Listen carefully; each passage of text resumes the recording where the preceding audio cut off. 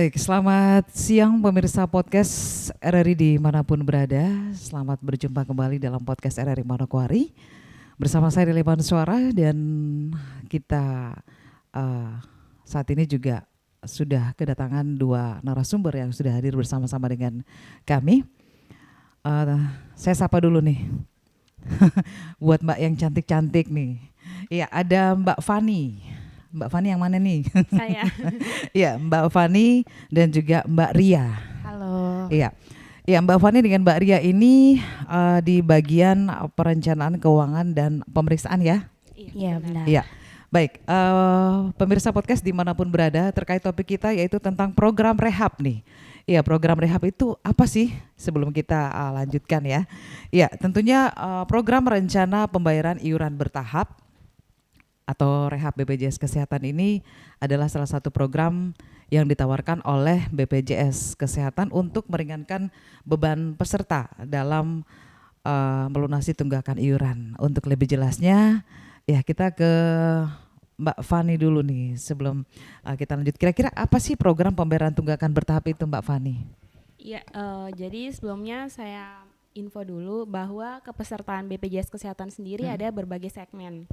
Yang pertama adalah peserta yang dibayarkan oleh tempat kerja atau PPUBU atau PPUPN, yang mana seperti contohnya pegawai swasta dan PNS. Selain itu ada yang ditanggung oleh pemerintah, yaitu peserta JKN terdiri dari PBI APBD dan APBN. Dan kemudian adalah peserta yang melakukan pembayaran secara mandiri atau tiap bulannya, yang namanya PBPU. Nah, yang mana segmennya kan berbeda-beda. Di sini rehab itu kita khususkan untuk peserta PBPU atau yang melakukan pembayaran secara mandiri tiap bulannya, dan juga bisa juga PPUBU atau peserta yang dibayarkan oleh badan usaha, namun badan usahanya menunggak.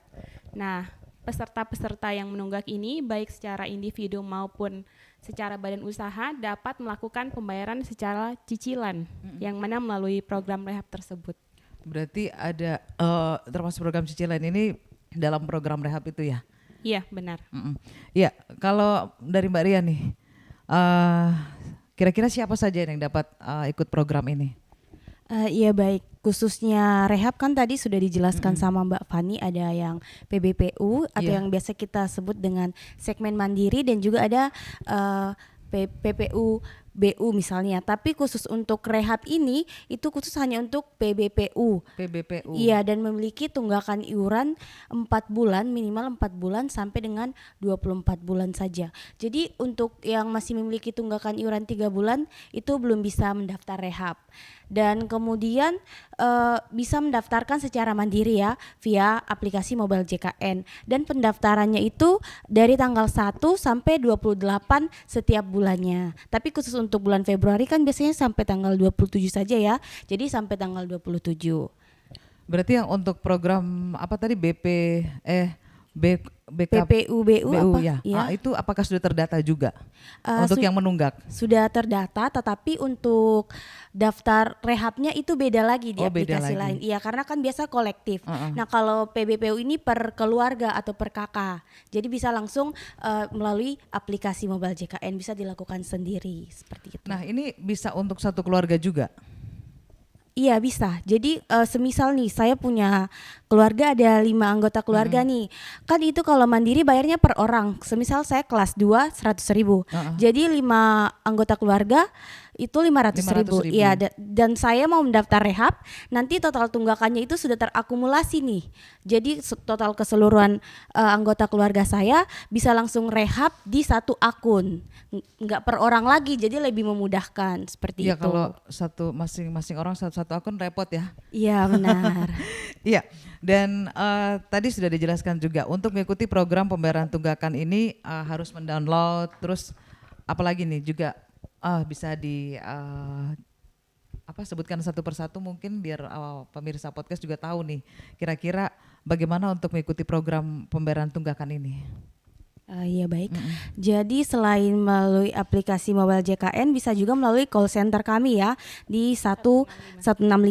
Tapi kalau khususnya untuk mobile JKN itu kita pertama mendownload aplikasi mobile JKN bisa di App Store ataupun di Play Store. Jadi dengan mendownloadnya kemudian mendaftar, kemudian di situ ada dikatakan menu pembayaran rehab. Jadi memang sudah ada fiturnya, jadi gampang tinggal dilihat, diklik, kemudian di situ akan muncul total tunggakan kita nih sekeluarga ya, bukan per orang. Nah, setelah itu kita bisa memilih total bulan yang akan kita lakukan cicilan itu. Semisal saya 12 bulan nih tunggakannya. Itu saya bisa mencicil minimal 2 bulan atau maksimal setengah dari total bulan menunggak saya. Jadi kan saya misalnya menunggak 12 bulan, saya maksimalnya bisa melunasi atau mencicil selama 6 bulan, setengah dari 12 itu. Setelah itu sistem akan mengakumulasi nih per bulannya tuh saya bayar berapa sih sampai dengan 6 bulan itu. Setelah itu menyetujui persyaratan dan ketentuannya dan sudah bisa langsung terdaftar sebagai peserta rehab. Ya, nah nih Mbak Fani nih, apakah ketika mereka sudah membayar tunggakan tersebut status kepesertaan mereka langsung bisa aktif? Untuk saat ini, mohon maaf, kepesertaannya akan aktif jikalau pembayarannya sudah selesai dilakukan. Jadi jika cicilannya sudah selesai, maka kartunya bisa aktif. Bisa aktif ya? Iya. Iya.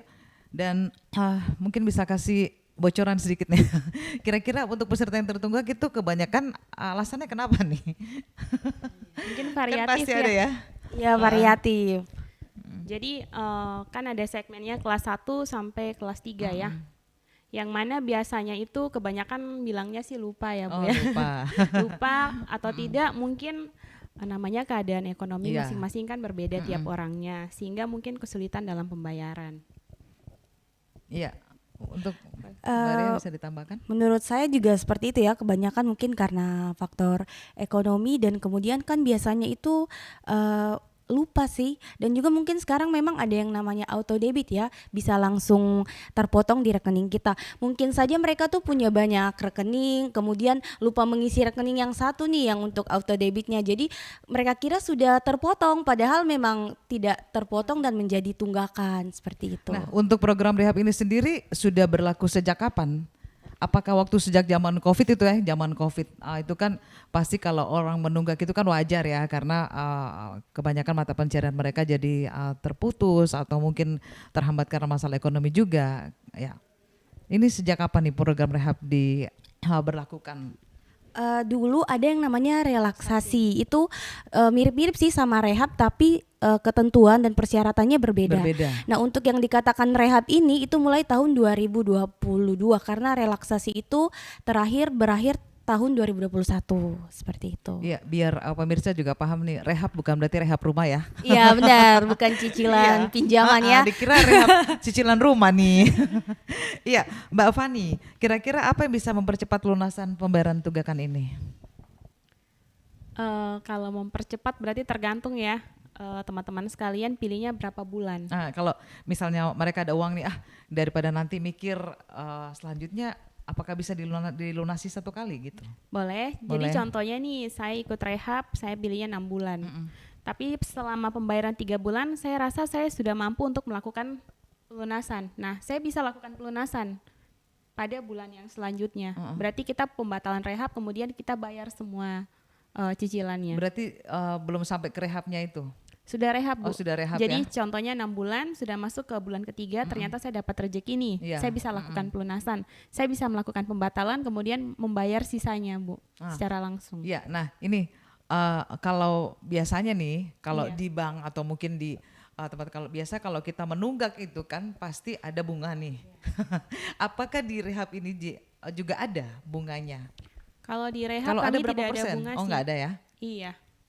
Jadi kalau di rehab kami tidak ada bunga sama sekali. Cuma yang kami ada itu nanti namanya denda pelayanan. Jadi nih contohnya teman-teman menunggak selama 6 bulan, kemudian melakukan cicilan cara rehab. Nah, setelah melakukan pelunasan, jika tidak diminta-minta, tiba-tiba teman-teman sakit, masuk rumah sakit, nah itu yang nanti dikenakan namanya denda pelayanan selama 45 hari. dari masa pelunasan. Namun apabila lewat dari masa itu, kemudian teman-teman membutuhkan pelayanan di rumah sakit, maka tidak akan dikenakan denda sama sekali. Nah, apakah pembayaran denda ini atau denda pelayanan ini dapat dibayar bertahap juga? Untuk saat Kalau ini, dendanya? Enggak, iya, enggak mohon bisa maaf ya? untuk denda tidak bisa dilakukan pembayaran bertahap, Bu. Berarti kalau itu mereka bayaran itu berarti kalau memang terlambat berarti dengan dendanya.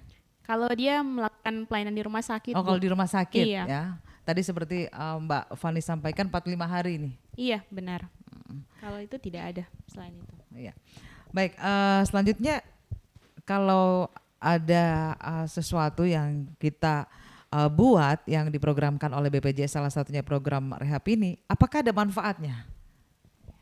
Mbak Ria mungkin. Jadi program rehab ini pasti ada manfaatnya ya, karena tunggakan iuran, saat kita memiliki tunggakan iuran di BPJS Kesehatan, otomatis kartu kita atau kepesertaan kita itu nonaktif sementara, artinya tidak bisa digunakan saat kita membutuhkan pelayanan kesehatan.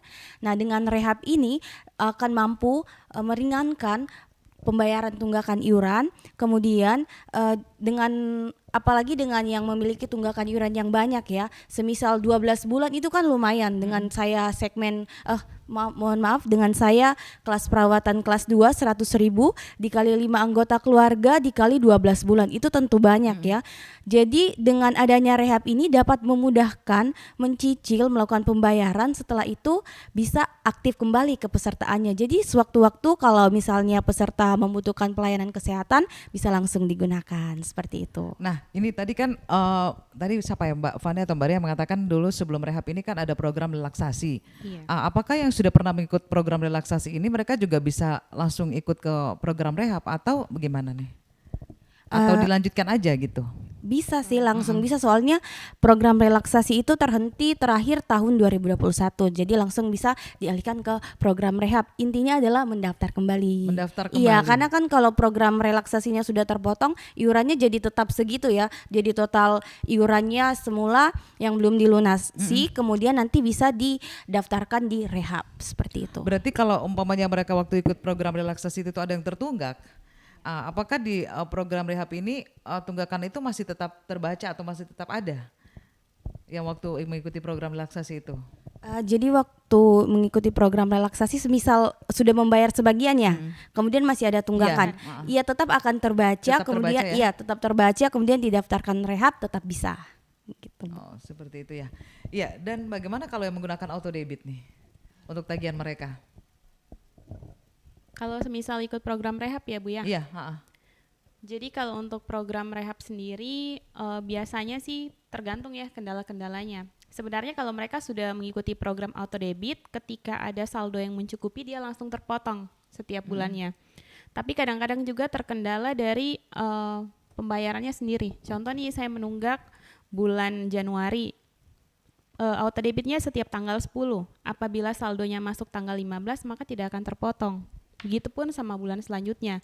Jadi apabila mereka sudah mengikuti pembayaran cicilan bertahap ini, dia mungkin ada sistem pembayarannya tersendiri. Jadi dia tidak terotomatis terdebit seperti yang iuran tiap bulannya. Jadi dia nanti menyesuaikan.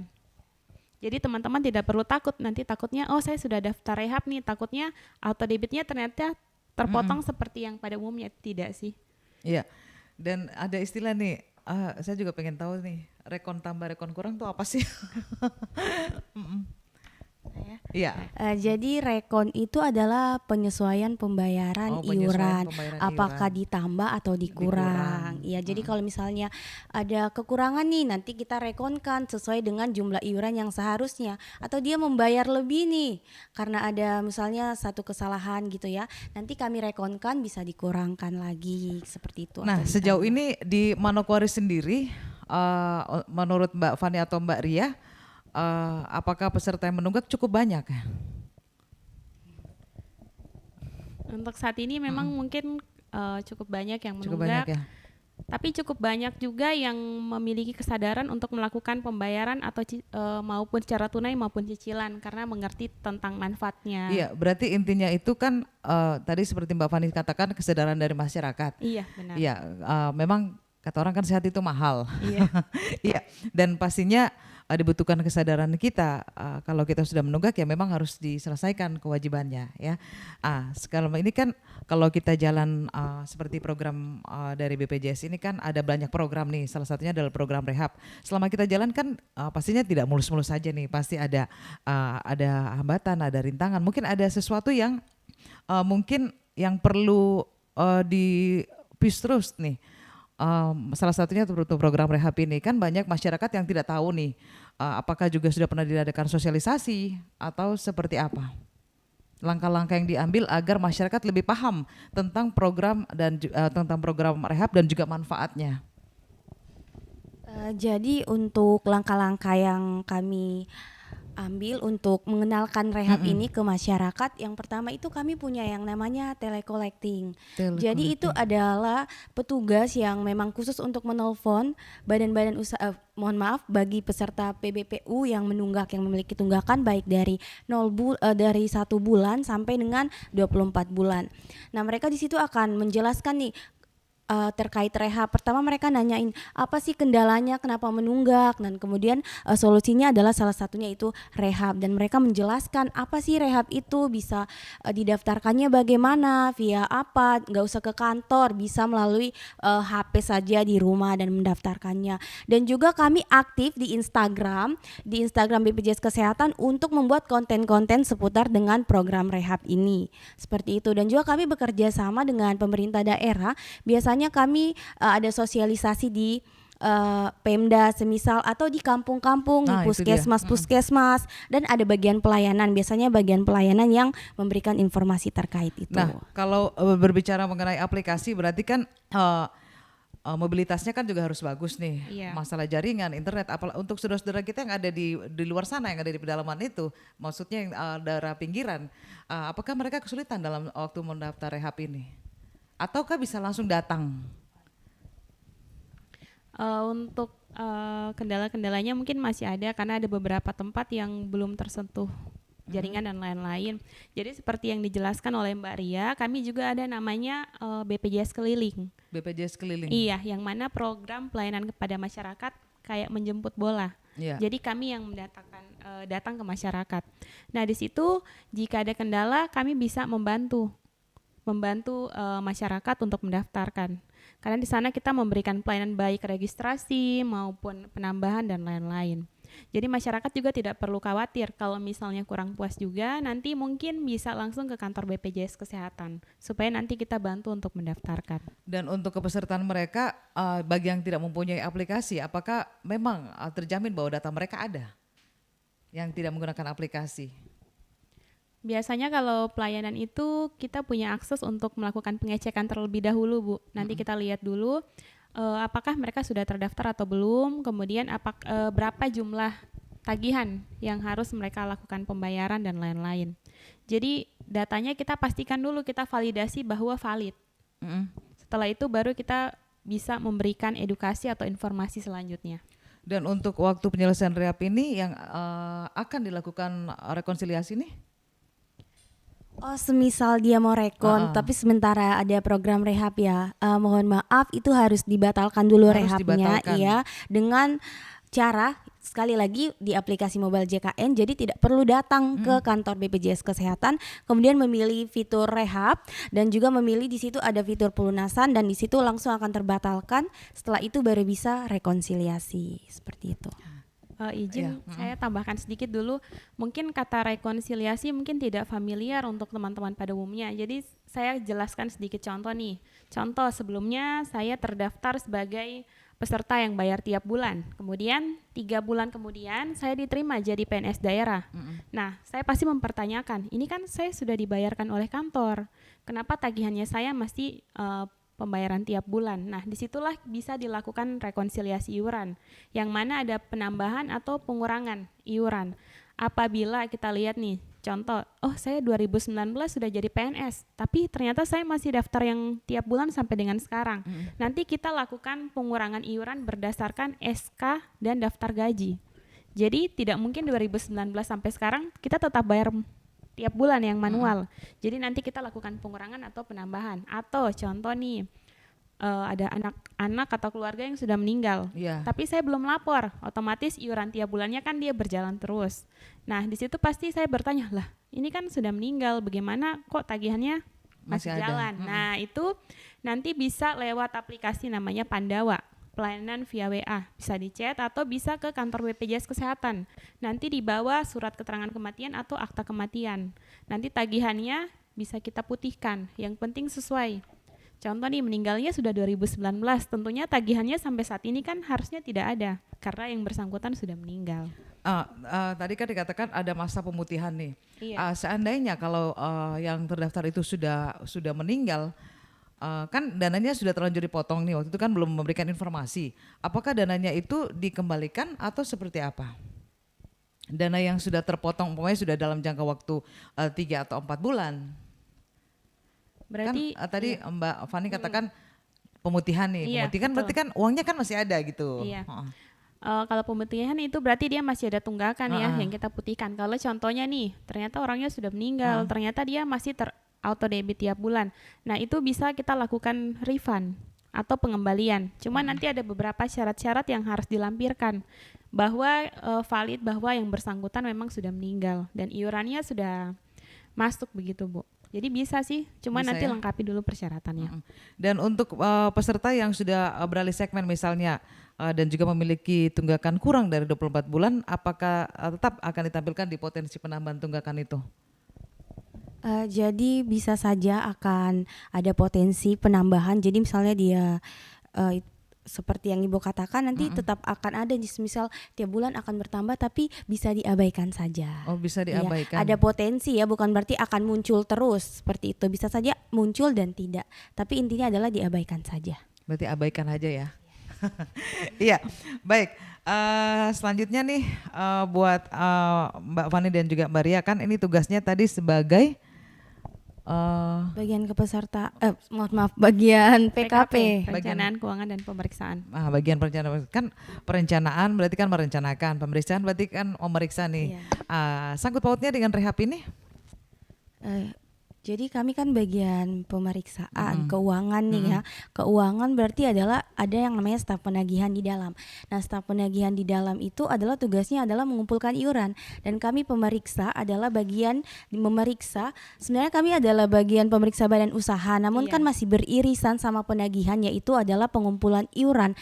Nah, untuk mengumpulkan iuran kan kalau kita mau biayai pembayaran klaim nih di rumah sakit atau kapitasi setiap bulan, kita kan membutuhkan yang namanya iuran atau uang ya. Jadi tugas kami sebagai bagian PKP ini yaitu untuk mengumpulkan atau collecting iuran. Nah, dari rehab juga ini kami berharap bahwa ada hak dan kewajiban kan yang terpenuhi. Kewajibannya adalah membayar iuran itu agar kami bisa membayarkan klaim atau memberikan kapitasi sesuai dengan yang diperuntukkan untuk puskesmas atau rumah sakit. Nah, ini kita bicara kemungkinan terburuk nih. Misalnya yang tertunggak itu dalam keadaan gawat darurat di rumah sakit nih.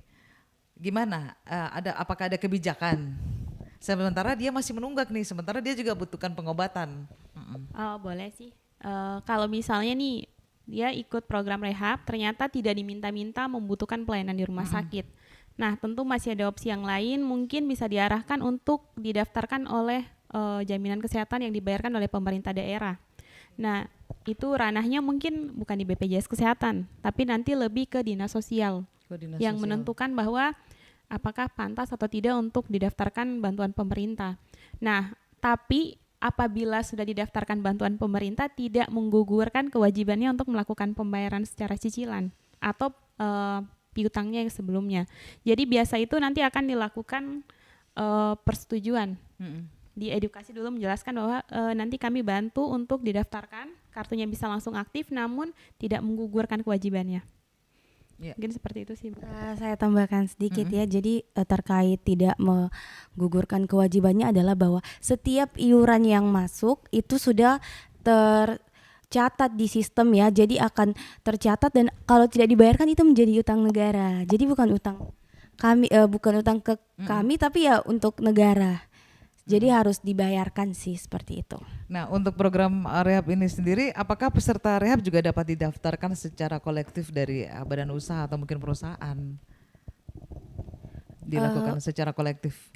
Untuk kolektif sih sebenarnya tidak bisa ya, karena kan ini untuk peserta PBPU atau mandiri ya. Nah, semisal dia itu dari PBPU kemudian beralih segmen ke PPUBU dan itu tapi dia punya tunggakan nih di PBPU, itu tetap nanti akan terhitung utang dan kemudian harus dibayarkan. Jadi BU-nya tidak bisa mengkolektifkan karena itu bagian dari perkeluarga, bukan per badan usaha seperti itu. Mungkin kalau BU-nya mau membantu itu bisa namanya CSR atau memberikan dana kepada BPJS Kesehatan untuk sebagai bentuk untuk membantu masyarakat yang memiliki tunggakan iuran nih. Terus bisa request juga, saya akan memberikan bantuan dana kepada BPJS Kesehatan untuk membayar PBPU Mandiri, tapi saya mau nih karyawan-karyawan saya yang punya tunggakan iuran pas waktu PBPU Mandiri. Bisa nanti namanya masukkan karyawan-karyawan mereka seperti itu. Saya jadi pengen tahu nih, kalau umpamanya kan kalau kita ada tunggakan berarti kan kita terhutang nih. Apakah ada blacklist nih untuk program rehab ini? Kan biasanya kalau ini kan dia suka menunggak nih, gini. Apakah di itu juga ada diberlakukan blacklist ini? Kalau blacklist sih tidak ada sih ya, Bu. Jadi kita sekarang sudah terkoneksi sama NIK. Jadi biasanya banyak yang pikir, oh saya sudah menunggak nih, saya mau daftar baru. Kalau daftar baru tidak bisa. Tidak bisa ya? Jadi untuk sekarang semua sudah sesuai dengan NIK. Jadi semua terindikasi mau kita pindah ke Jawa, Sumatera, tetap terbaca bahwa kita sudah terdaftar kepesertaan. Tapi itu tergantung segmennya. Kalau ada tunggakan berarti tidak bisa daftar baru. Wajib melakukan pelunasan dulu sebelumnya. Iya, baik Mbak Fani dan juga Mbak Ria, kita sudah ada di 2 menit terakhir nih. Iya, mungkin masih ada yang ingin disampaikan terkait program rehab ini yang tadi belum sempat kita perbincangkan.